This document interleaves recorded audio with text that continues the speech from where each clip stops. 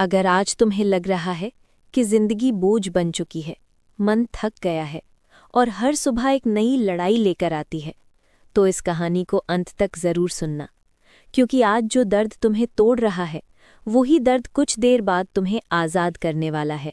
और हो सकता है आज रात तुम्हें चैन की नींद आए। वो रात जब सब कुछ बिखर गया। रात के 2:47 बजे थे।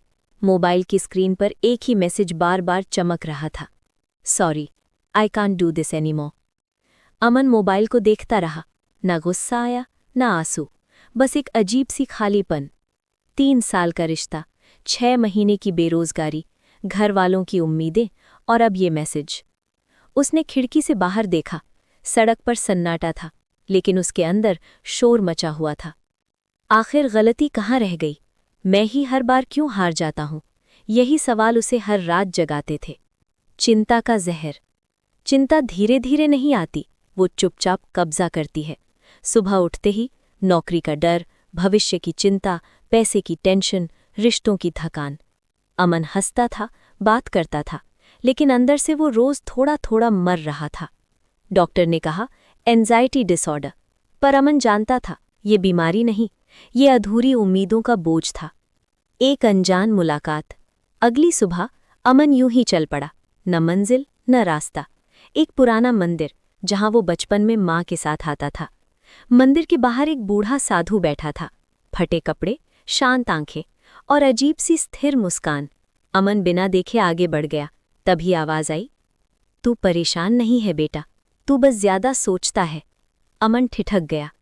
सवाल जो दिल चीर देते हैं। अमन ने पहली बार ध्यान से साधु को देखा। आप मुझे जानते हैं?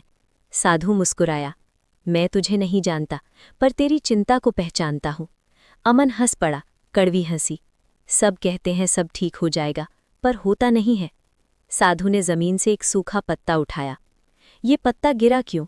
क्योंकि इसका समय आ गया था। और तू क्यों टूट रहा है? क्योंकि तू पुराने से चिपका बैठा है। एक वाक्य जिसने सोच हिला दी। साधु बोला, जिंदगी तुझसे कभी कुछ नहीं छीनती, वो बस वही हटाती है जो तुझे आगे बढ़ने से रोक रहा होता है। अमन चुप हो गया। पहली बार किसी ने उसे समझाने की कोशिश नहीं की, बस सच कहा। समस्या असल में क्या है? साधु ने पूछा। तेरी सबसे बड़ी समस्या क्या है? अमन बोला, डर कि मैं कुछ नहीं बन पाऊंगा। साधु हंसा। डर भविष्य का नहीं होता, डर कल्पना का होता है। तो उस कहानी से डर रहा है जो अभी लिखी ही नहीं गई। मन का सबसे बड़ा झूठ। साधु ने आंखें बंद की और कहा, मन तुझे रोज एक झूठ सुनाता है कि तू अकेला है, पर सच ये है कि तू अकेला नहीं है, तू जागा हुआ नहीं है। अमन की आंखें भर आईं। दर्द का असली मतलब। अगर भगवान है तो मुझे इतना दर्द क्यों दिया? साधु ने शांति से कहा, क्योंकि तू आराम में बदलता नहीं था। दर्द इंसान को सजा नहीं देता, दर्द इंसान को तैयार करता है। वो अभ्यास जिसने सब बदल दिया। साधु ने कहा, आज रात सोने से पहले एक काम करना, अपनी सारी चिंताओं को एक कागज पर लिखना, फिर उस कागज को मोड़कर कहना, जो मेरे बस में है मैं करूंगा, जो मेरे बस में नहीं उसे छोड़ता हूं। बस इतना ही। पहली शांत रात। अमन ने वही किया। पहली बार नींद आई बिना डर के, न भविष्य का बोझ, न बीते कल की शर्म, सिर्फ सांसें और सुकून। बदलाव धीरे आता है, लेकिन पक्का। अगले दिन समस्याएं खत्म नहीं हुई, लेकिन अमन बदल चुका था। वो भाग नहीं रहा था, वो लड़ भी नहीं रहा था, वो स्वीकार कर रहा था। और यहीं से जिंदगी बदलती है। असली ताकत। साधु ने आखिरी बात कही, तू कमज़ोर नहीं है, तू बस थका हुआ है। और जो इंसान आराम करना सीख जाता है, वो हारना भूल जाता है। अगर आज ये कहानी तुम्हारे दिल को छू गई, अगर तुम्हें लगा कि ये कहानी तुम्हारी ही थी, तो याद रखना, तुम अकेले नहीं हो, तुम टूटे नहीं हो, तुम बस एक नए रूप में ढल रहे हो।